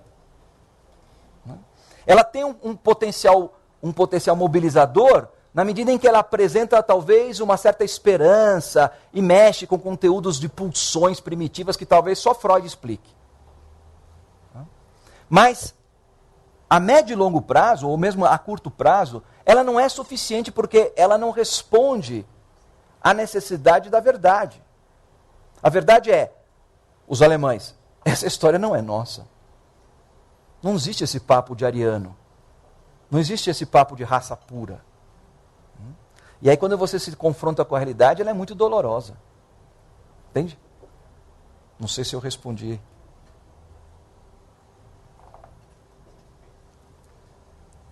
Diga. O nosso filho, ele mora na França, ele trabalha e estuda lá, e ele fez um comentário interessante que foi bem de encontro ao que você disse. Ele disse assim, o parisiense não sabe quem ele é mais. Ele não sabe se ele é aquele dos monumentos, da cultura, da história, ou se ele é o que come kebab por 6 euros na hora do almoço. Sei. Então, eu queria que você comentasse um pouquinho sobre isso, desenvolvesse um pouquinho mais, por favor. Isso para nós é uma questão tão interessante, né? Porque nós brasileiros, isso para nós é um fato, né? Ainda mais se vamos pensar assim, do ponto de vista mais concreto, por exemplo, São Paulo, Campinas está muito próximo, então são coisas são realidades muito... Mas, por exemplo, em São Paulo, você é o quê? Você é italiano, você é judeu, você é eslovaco, você é japonês, você é tudo ao mesmo tempo, e isso não é um problema para você. Porque a nossa identidade, né, ela foi construída na própria ideia da multiplicidade. Não que fosse um processo ou um projeto nacional. Nós vamos criar o paulista. O paulista vai ser, né, um pouquinho de italiano, um pouquinho de japonês, um pouquinho de nordestino, um pouquinho não sei o que lá. A nossa identidade ela já vem imbuída dessa realidade que nos foi dada. E que a gente vive como algo absolutamente natural. É diferente na Europa, onde você já tem uma historicidade, né, na qual se vê confrontada com outras realidades. Então, quer dizer, eu também tive um tempo na França, e vou muito frequentemente por lá, porque eu tenho vínculos com uma universidade na França, e a gente observa isso, a forma como as pessoas lidam com essa relação. Eu acho que tem gente que já se conformou com isso, e não acha nem mal nem bom, simplesmente é, né? E o monumento à Torre Eiffel é tão francês ou tão parisiense quanto o kebab, né? Mas ainda existe um certo ranço nacionalista, né? No sentido de que, de repente, comendo kebab, você está negando as suas raízes. Mas que raízes? É preciso distinguir o que é raiz do que é solo, tá? As raízes, né, crescem, se desenvolvem em solos diferentes. E aí, a partir do momento que ela cresce em solo, ela começa a absorver nutrientes diferentes. Para nós, brasileiros, isso é muito mais fácil, porque o nosso solo aqui já foi misturado. A mistura para eles é muito recente, né? Por isso que, em certo sentido, a gente pode dizer que hoje a gente tem um certo know-how a oferecer para a Europa hoje, que é justamente, não que nós somos mais espertos, mais inteligentes, é que a gente tem uma realidade histórica na qual faz pelo menos 5 séculos em que a gente se viu lidando com a diferença de uma maneira mal ou bem. Eu não quero dizer que, eu não estou fazendo propaganda aqui, eu nem concordo com o Gilberto Freire que nós somos uma democracia racial, né? Não é uma mítica isso de pensar que nós somos todos iguais, é tudo maneiro, tudo legal, que o carnaval une tudo. No carnaval sim, mas terminou o carnaval, é outra história. Mas pelo menos, né, essa questão da relação da identidade está mais bem resolvida. Eu acho que a Europa está passando por um processo de transformação paulatina inevitável, né? Em certo sentido, eu acho, por exemplo, que os ingleses conseguem resolver isso melhor do que os franceses. Por exemplo, na Inglaterra, é comum você ver mesquitas com minaretes ou templos hindus ou budistas, assim por diante, no meio da paisagem. Na França, na Suíça, assim por diante, isso é impossível. A não ser em casos assim, muito particulares, em que houve toda uma discussão, né, democrática, no sentido se vai poder construir ou não vai. Então tem lá o Centro de Cultura Islâmica, que tem um minarete e tal. Mas saiu de lá, se você hoje quiser criar uma mesquita na esquina da sua casa, né, ixi, é uma complicação. Porque construir uma mesquita significa mexer na identidade. Bom, aqui, se alguém quiser construir uma mesquita, desde que pague todas as taxas, né? Bom, eu ia falar outra coisa, além de taxas, mas vocês entenderam, né? Mas como está sendo gravado, é melhor não dizer. Está tudo resolvido, né? Então, veja, ou você entra por essa via, ou então o ódio te destrói. Não tem outra solução. Mais alguém? Aqui. Meu nome é Carlos. Eu achei bem interessante quando você fala dessa perda de sentido, né, que vai acontecendo com os diversos pontos da cultura aí, né? Mas me chamou a atenção porque eu sempre pensei essa questão muito ligada à questão do capitalismo, né? Perdeu o valor de uso e se tornar um valor de troca, né? Uma coisa por aí. Mas quando você faz a análise e fala que o estado de bem-estar social é o problema, né?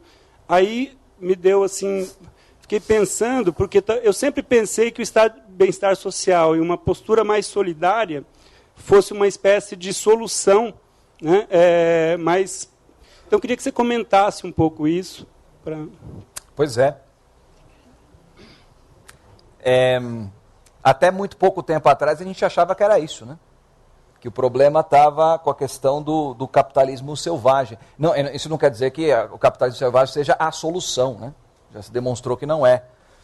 Mas a realidade histórica vem mostrando efetivamente que essa ideia de um Estado benfeitor, de um Estado provedor, de um Estado que, de certa forma, se apresente como intermediador e como uma espécie de acochambrador das contradições do capitalismo inevitáveis, assim por diante, elas têm se mostrado, no momento atual, profundamente ineficazes.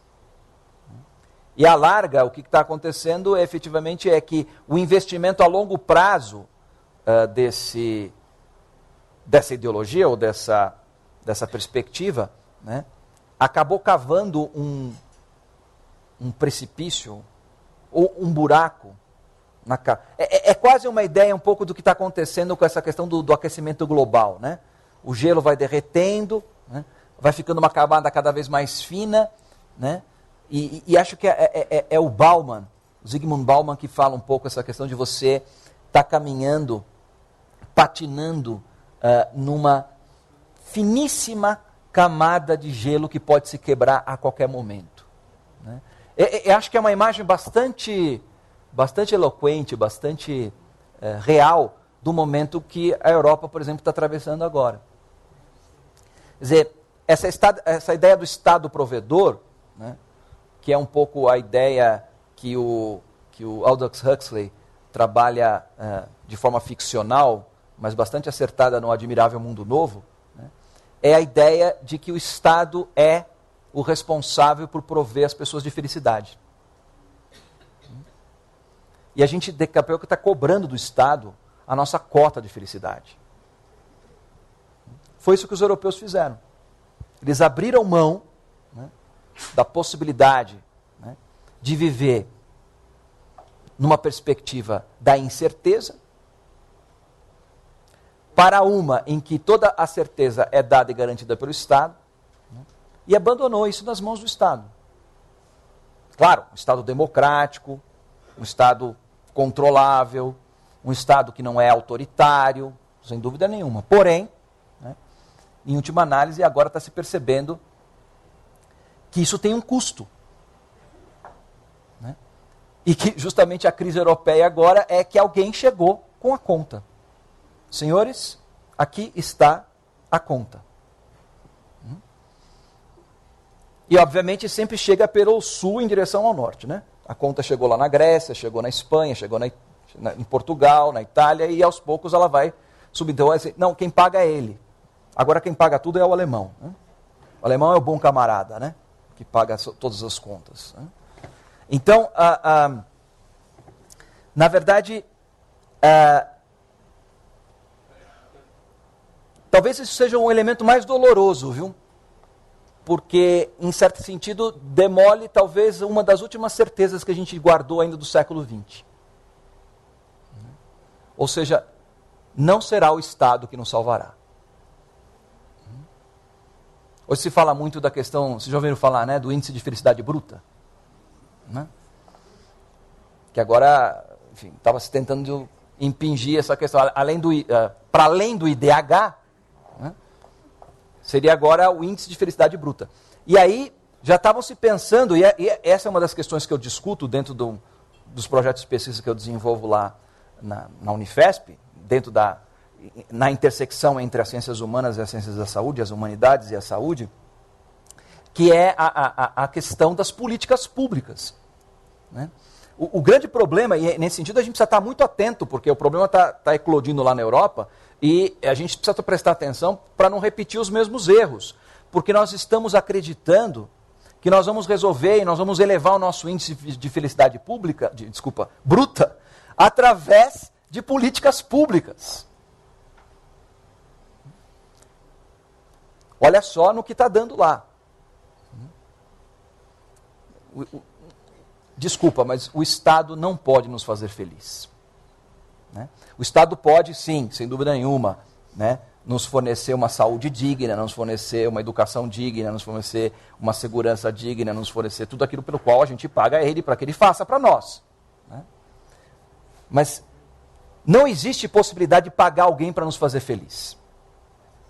Ainda a gente não descobriu essa fórmula. Quer dizer, essa felicidade comprada é uma felicidade falsa, né? É uma fake felicidade, né? Que rapidamente se esgota. Não sei se quer dizer, provavelmente eu devo ter te desiludido ainda mais, né? Mas sinto muito, é minha missão. Dante, a Juliana da Eslovênia, ela fez mais alguns comentários aqui, ela tem uma pergunta, inclusive ela fala o preço do kebab na Eslovênia é 3 euros, tá? Metade do preço. Mais barato que em Paris.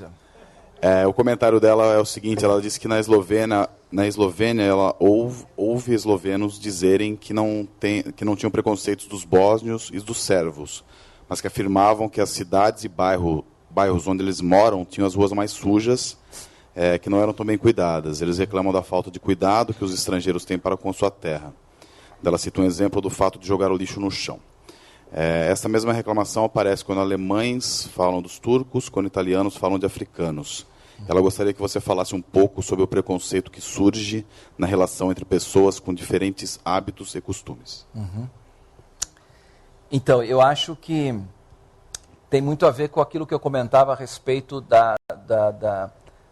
do bloqueio ou da venda que se estabelece. Quer dizer, quando você fala de pré-conceito, significa que você já estabeleceu um conceito antes mesmo de haver a relação. Então, quando você pensa assim, no caso que ela está colocando muito interessante, né, dos bósnios ou dos italianos em relação aos africanos, então já existe um pré-conceito. Veja, sejamos realistas. Todos nós temos preconceitos. Quando alguém chega para você e fala assim, eu não tenho preconceito, ela tem o preconceito de achar que não tem preconceito. Todos nós temos preconceitos. É assim que a gente funciona, né? É inevitável isso, né? Ora, quando fala assim, eu vou te apresentar para determinada pessoa, no momento seguinte você já começa a pensar como deve ser aquela pessoa. Aí quando ele vem trazendo a pessoa, você já olha para a pessoa pelo rosto dela e você já, em função do pré-conhecimento que você tem de pessoas com um rosto parecido com aquela, você já faz uma opinião a respeito dela, é ou não é? De maneira que quando ela chega a você, ela não é alguém sem nenhum tipo de referencial. Aí depende de você, efetivamente, querer se agarrar a esse preconceito e não ouvir o que o outro tem a dizer, ou então desfazer esse preconceito através de uma relação. Pois bem, eu acho que o problema que ela levanta é justamente isso. É mais cômodo eu me assentar no preconceito. E veja, eu não estou dizendo com isso de que o fato de que os africanos, ou que os romenos, ou seja lá quem for, né, tenham uma atitude, por exemplo, com relação ao lixo, ou com relação ao uso do espaço, assim por diante, que seja agradável e que a gente tenha que aceitar. Não é que a gente tem que aceitar tudo. Esse é um outro erro também, né? De um certo relativismo barato, né? Falar, bom, se eles jogam o lixo na rua, é um costume deles, coitadinhos, né? Deixa eles... Não. Quer dizer, a gente tem que também saber efetivamente que algumas questões são muito objetivas. Agora, é mais fácil eu chamar ele de ignorante, dizer, tá vendo? É um africano, joga o lixo na rua, do que efetivamente perceber de por que ele joga o lixo na rua. E como é que, de repente, pode se surgir uma oportunidade naquele momento, né, de talvez mudar hábitos. Isso também é uma questão, o nosso relativismo cômodo, ele pressupõe o seguinte, não, eu não posso mexer na cultura do outro. Por que não? A cultura é uma coisa dinâmica, né? A gente não pode partir do princípio de que nós temos que ter essa perspectiva de uma antropologia, né, contemplativa apenas. Fica aí do jeito que está e eu fico aqui do meu jeito porque eu não quero interferir na sua cultura. Mas se nós dividimos o mesmo espaço, sabe o que é? É que o amor, não o amor sentimentalista, o amor, né, piegas, o amor é uma coisa muito trabalhosa. Tem um texto do Dostoiévski, uma passagem no Irmãos Karamazov, em que os dois principais personagens, o Ivan e o Alyosha, estão conversando. E um diz para o outro assim, eu sou capaz de amar toda a humanidade. Eu sinto um amor pela humanidade, é uma coisa indescritível. Mas eu não suporto aquele meu colega de trabalho que fica fungando do meu lado. Pois bem, nós podemos fazer um discurso belíssimo sobre a concórdia universal, né, sobre a construção da paz, né, sobre o amor entre as nações, mas eu não sou capaz de falar bom dia para o meu vizinho, que tem uma cor de pele diferente da minha. Então, por quê? Porque este amor, como dizia o Starek Zosima, um personagem do Dostoiévski, é toda uma arte. É todo um trabalho. Agora, não existe outro caminho para aquilo que eu chamo de humanização, para aquilo que eu chamo de crescimento humano, se não investir nisso. É trabalhoso? É. É sofrido? É. É perigoso? É. Mas não tem outro caminho. Quer dizer, tem o caminho do preconceito, o caminho... E aí eu me defendo dizendo que eu amo a humanidade. Mas se o cara fungar do meu lado, eu jogo uma garrafa na cabeça dele. Percebe? Eu acho que a coisa passa um pouco por aí. Nós temos que fazer... que a gente não... Veja, quando a gente fala assim que o europeu não quer mais trabalhar, eu estou falando num sentido quase ontológico mesmo. Não estou falando não trabalhar em determinadas funções do ponto de vista profissional. É trabalhar no sentido humano mais pleno mesmo. Né? Isso é muito preocupante.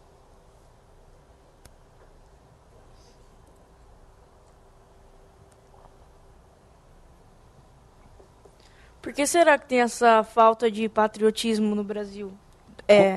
Por que será que tem essa falta de patriotismo no Brasil? De um lado, assim, sem ser no futebol.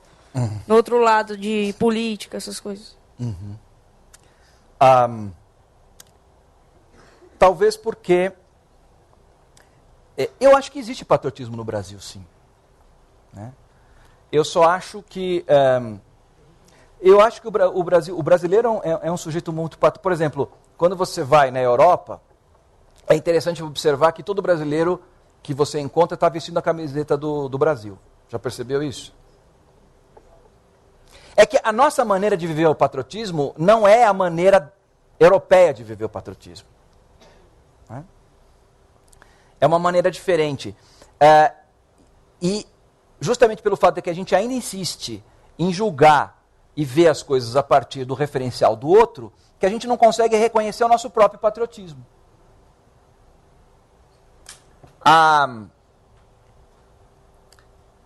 Geralmente a gente reconhece o nosso patriotismo quando a gente está fora da pátria.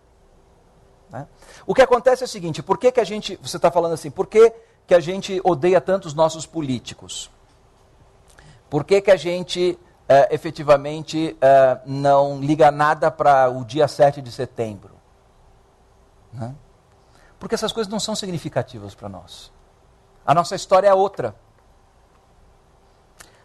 Eu não sei, eu não quero entrar no território que foi do meu colega anterior. Aliás, amigo pessoal também, o Leandro Carnal, que falou sobre o ódio no Brasil. Né?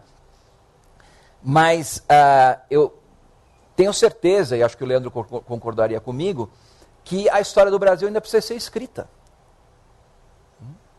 A partir de um referencial, de um ponto de vista que ainda não foi contado. Por quê? Porque nós estamos insistindo em olhar a nossa própria história, em olhar nosso conceito de patriotismo a partir de um referencial que é europeu. Talvez agora que a Europa está entrando em dissolução, seja mais fácil para nós pensarmos outras categorias de analisar a nós mesmos. Porque a gente sempre se colocou na perspectiva, como dizia o Nelson Rodrigues, de complexo de vira-lata. Não é isso? Nelson Rodrigues é genial quando ele diz efetivamente que o brasileiro, a marca essencial do brasileiro é o complexo de vira-lata. A gente sempre olhava o europeu, o americano, com grande admiração. Olha só como eles são patriotas, olha só como eles são. Né? E agora é um momento interessante, né, de ver no que deu todo esse patriotismo, no que deu toda essa enfim, ligação, essa identidade nacional. Veja, eu não estou querendo inverter as coisas e demonizar os europeus, norte-americanos, para santificar a nós. Né? Eu acho que, inevitavelmente, nós já estamos... Eu acho que é um movimento positivo a gente de recuperar um pouco a nossa autoestima nacional. Eu acho que isso é um processo interessante, eu acho que está acontecendo. Né? mas que nós temos que tomar cuidado também para não criar uma certa xenofobia. Né? Então a gente passa de um complexo de vira-lata para complexo de Doberman. Certo? E aí chega e fala assim, né? Chega causando, né? Não é bem por aí. Nós temos muito que aprender. Né? Hoje a nossa situação econômica pode estar melhor do que a deles. Hoje, talvez, né, o Fundo Monetário Internacional, né, chegue para o Brasil e fale assim, vamos emprestar dinheiro para a Europa? Olha que beleza, né? Nós agora emprestando dinheiro para... vamos ver. Né? Gostoso, né? Vou ver se eu vou emprestar dinheiro para você. Agora, devagar. Porque ter dinheiro, né, não significa tudo. Nós continuamos sendo brasileiros. E, em certa medida, vira-latas. Né? Não há nenhum mal de ter. Eu tive durante muito tempo vira-lata lá em casa. Prefiro até do que os cachorros de raça. Né? Agora, vira-lata é vira-lata. Né? Tem todas as características boas e ruins de vira-lata. Eu tive que doar o meu vira-lata porque tinha umas loucuras assim, absurdas, e meus filhos saíam com eles na rua e já estava ficando perigoso, né? Porque ele avançava em determinadas pessoas, não em todas. Vai se saber o que tinha na cabeça dele. E os vira-latas somos assim mesmo, né? A gente não é complexo mas é o reconhecimento da vira-latice, que é aquilo um pouco que a gente falava, um pouco dessa coisa misturada, dessa coisa de transitar bem em qualquer ambiente, de aceitar. Eu acho engraçado uma coisa que talvez só aconteça no Brasil, né? O meu avô era espanhol, e era interessante porque ele era uma pessoa muito comunicativa, um bom contador de histórias, obviamente acho que vem daí o meu gosto pela história. E ele todo dia, ele era barbeiro e trabalhava no centro de São Paulo, e depois toda vez quando ele ia para casa, ele sempre fazia estágio num boteco natural. Tomar uma cervejinha, aquela coisa toda. E ele fez um círculo de amizades lá, né? E os balconistas, as pessoas do bar que atendiam eles, eram todos nordestinos. E uma vez, a minha avó vai lá buscar seu avô, que o jantar está pronto, já sabia onde é que ele se encontrava, né? Então, quando eu cheguei lá, né, um dos atendentes lá do bar chegou para mim e falou assim, mas olha, seu avô é um boa praça, viu? Eu só ainda não descobri de qual região do Brasil ele é. Então, quer dizer, até a própria ideia de estrangeiro para nós aqui, ela é um pouco... Uma outra pessoa que eu conheço que é australiana, ela dizia o seguinte, o Brasil é o único país que... Ele falou assim, agora menos, mas quando eu cheguei aqui há 20 anos atrás, ela é australiana, ela dizia assim, é o único país que tem um preconceito com os estrangeiros às avessas. Porque tudo que é estrangeiro é melhor. Então, eles achavam, porque como eu era estrangeira, que eu era quase uma deusa. Né? E não é assim, a gente é pessoa normal também. Né? Então, quer dizer, tem algumas características, e eu acho que a questão do patriotismo no Brasil tem que ser olhado por esse aspecto. Né? No seu ponto positivo, né? O aspecto da vira-latice, não como complexo de ser vira-lata. Somos vira-lata e pronto, e daí? Né? Vira-lata fica menos doente, né? Vira-lata sabe se virar melhor nos lugares, e é assim que nós somos mesmo. Né? Não sei se eu satisfiz a tua resposta.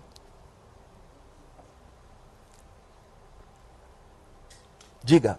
Dante, essa questão dos valores cristãos, essa ética que nós vivemos aqui no Ocidente, e eu não tenho conhecimento das éticas das outras religiões, principalmente as religiões orientais.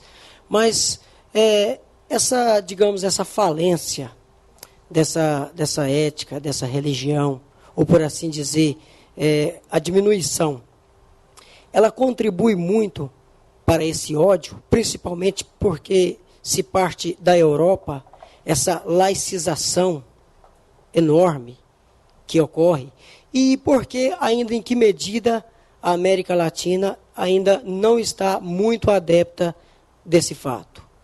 Isso corrobora muito para que haja realmente esse enorme ódio por parte da Europa, e isso pode nessa nossa pós-modernidade aí, se estender para o mundo todo e também para essas religiões, principalmente as orientais? Olha, você viu que eu bebo bastante água, né?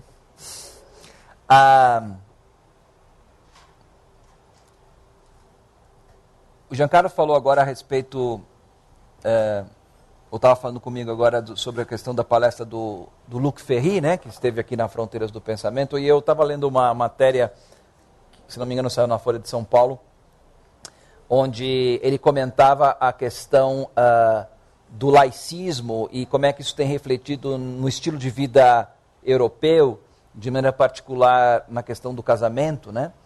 E ele deu um dado impressionante, dizendo que o número de casamentos desfeitos na Europa, de maneira particular na França, atualmente vai em torno de 60%. E que os jornalistas brasileiros ficaram alarmados com isso, né? E ele chegou e falou assim: calma, vocês vão chegar lá. Né? E eu acho que ele tem razão. Eu acho que ele tem razão. Você pergunta assim, por que a América Latina ainda preserva e de certa forma, mantém assim, certos elementos, certos valores? Eu acho que, claro, eu não estou entrando em discussão e não quero ser fatalista, e eu sou historiador e não profeta. Né? Mas eu acho que a falência e a dissolução desses valores está diretamente relacionado com a prosperidade material. Na medida em que nós enriquecemos do ponto de vista material, isso tem um custo, tem um preço, que é o empobrecimento do ponto de vista humano. E não é que eu esteja fazendo aqui propaganda contra o dinheiro, não. Né? Mas a questão é que isso é uma coisa que se observa mesmo. Né? A prosperidade material, ela afasta as pessoas. Ela vai desintegrando os laços, afastando mesmo. Né? E esse é o preço, o custo que está se pagando hoje, né, em países hiperdesenvolvidos. Né? Aí tem a ver quase com uma questão, sei lá, meio darwinista, não sei. O fato de que a pobreza, por exemplo, exige com que haja uma maior cooperação, uma maior interação entre as pessoas. Né? É um grande desafio. Como é que você, por exemplo, investe no progresso e no desenvolvimento material e, ao mesmo tempo, preserva os elementos éticos, né, de relacionamento humano? Né? Tá aí uma boa questão, que eu acho que é uma questão muito pertinente. Está aí um tema bom para um café filosófico. Né? Um tema muito pertinente para nós aqui agora. Né? Mais do que, talvez, discutir o ódio na Europa, a grande questão, que eu acho que é importante, sem dúvida nenhuma, mas só é importante na medida em que também a gente traz isso para a nossa realidade. Porque agora que o Brasil está entrando numa fase, quer dizer, se bem que cada dia no jornal sai uma coisa, o dólar sobe, inflação bate recorde, não sei o que lá. Então, graças a Deus, a nossa prosperidade nunca chega. Já perceberam isso? É agora, gente. Não, não é agora. Né? Se por um caso isso nos traz uma certa frustração, por outro lado isso também nos preserva. Só que a gente não pode viver na expectativa de, enfim, de ficarmos preservados do progresso. Né? O grande desafio, eu acho que para o século XXI, enfim, para a própria superação dos impasses da modernidade, da pós-modernidade, é como conciliar o progresso material, o desenvolvimento científico, tecnológico, com os elementos éticos. Olha, eu acho que talvez, inevitavelmente, uma necessidade nesse sentido é que nós, inevitavelmente, tenhamos, em nível global, não estou falando só do Brasil, em nível global, tenhamos que diminuir o ritmo. A gente não pode mais continuar nesse ritmo alucinante que nós estamos. De produção e consumo, produção, consumo, produção, consumo, produção, né? Cada vez produzindo mais. Quer dizer, só pensando em termos de PIB. Também não se trata de felicidade interna bruta. Né? Quer dizer, é um jogo um pouco complicado e que não sei se a gente está disposto a aceitar. Né? Imaginar, por exemplo, de que talvez a gente não tenha que trocar de celular a cada 3 meses,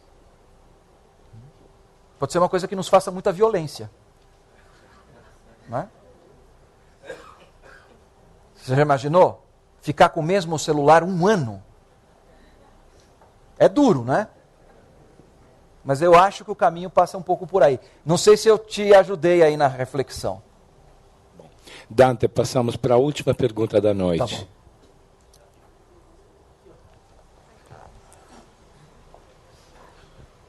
Olá, boa noite. Só primeiro um comentário, um pouco disso que você estava mencionando agora no final, me lembrava bastante certas reflexões do Milton Santos, de que somos abençoados por sermos países pobres, miscigenados e carentes, que isso é uma das melhores saídas que a gente tem. Mas eu estava, na verdade, querendo voltar ao início da discussão, a provocação do Pondé, falando se é possível amar aquele que invade a nossa casa. E a pergunta me parecia um pouco parcial, porque estava deixando de lado o elemento de que a gente fechou a casa e deixou a casa agradável demais para os outros virem, enquanto lá fora estava uma penúria completa. Isso. E se de repente isso não tem que ser levado em consideração também na colocação de se é possível amar quem invade a nossa casa ou não.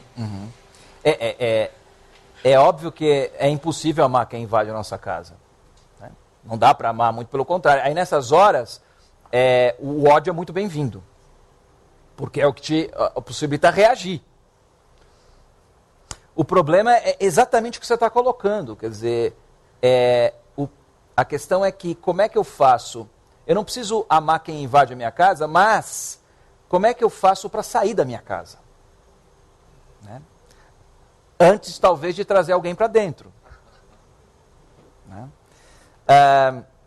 Uma coisa muito interessante que a gente observa, por exemplo, na cultura europeia, de maneira geral, é o fato de que as pessoas demoram muito para te levar para dentro de casa. Quando te levam. Ao contrário da gente, né? Você encontra uma pessoa na rua e fala, vai lá em casa, vamos lá, né? E quanto mais para o norte do Brasil você vai subindo, né, cada vez... acontecem umas coisas inusitadas. Né? Outro dia estava me comentando, por exemplo, uma pessoa amiga minha que estava numa praia em Fortaleza e começou a conversar com uma pessoa que era de lá. Falou que era de São Paulo, aquela coisa toda. Aí papo vai, papo vem. Então, falou assim, onde você está? Eu estou num hotel. Mas que hotel que nada, vamos ficar lá em casa. E a pessoa foi. Colocou o carro à disposição, fazer a troco do quê? Né? Isso é uma coisa impensável para um europeu. Uma coisa impensável. Né? Mas, veja, a questão é que, inevitavelmente, tem a ver com a problemática da venda, daquela simbologia que eu dizia assim, quando eu vendo meus olhos, quer dizer, a vantagem da venda é que eu não percebo que quando eu saio na rua, né, aquela pessoa que eu encontro na rua, tem um abismo em relação àquilo da minha realidade que está para dentro da minha porta. Né? Isso é algo que, inevitavelmente, se a gente quiser superar o ódio, nós vamos ter que enfrentar. Eu estou me lembrando agora de uma outra história, só para fechar. Um dos projetos de pesquisa que eu desenvolvo na Unifesp é um projeto de pesquisa sobre o coração. É uma pesquisa que eu faço entrevistando pessoas que passaram pela experiência do transplante cardíaco. E, além dos transplantados e dos acompanhantes, eu entrevisto também profissionais da saúde envolvidos com essa temática, com essa prática do transplante cardíaco. E, conversando através desse método que eu falei para vocês, que é o método da história oral de vida, eu estava entrevistando um médico, um cirurgião, e eu perguntei para ele assim, por que você escolheu o coração? E por que você, dentro da cardiologia, escolheu trabalhar com transplante, porque quer dizer, é uma questão, enfim, forte, né? Ele me veio com uma série de explicações científicas e tal, mas eu não fiquei muito satisfeito, né? E aí eu insisti, e acho que nem ele tinha pensado nisso nunca. E ele me contou uma história muito interessante, de que ele era de uma família muito simples, de Minas Gerais, do interior de Minas, e que a mãe dele, a família dele, a mãe dele era viúva, ficou viúva muito cedo, e eles eram em 3 irmãos. E passavam dificuldade, eram muito pobres. Mas a mãe dele tinha um costume que era já da avó, e que vai saber de onde é que isso ia, que depois eu fiquei sabendo que era um costume, não sei se é ainda, se não for é infelizmente, mas era um costume muito antigo que algumas pessoas se sentiam na obrigação, mas não na obrigação no sentido assim, de uma imposição, até porque você pensar em termos do que é a vida de uma pessoa no interior de Minas Gerais, ela não precisa se impor muitas coisas para sofrer, né? Ela tinha o costume de, todo o almoço, chamar um mendigo da rua para almoçar com eles. Colocava o mendigo na mesa e ele almoçava com a família.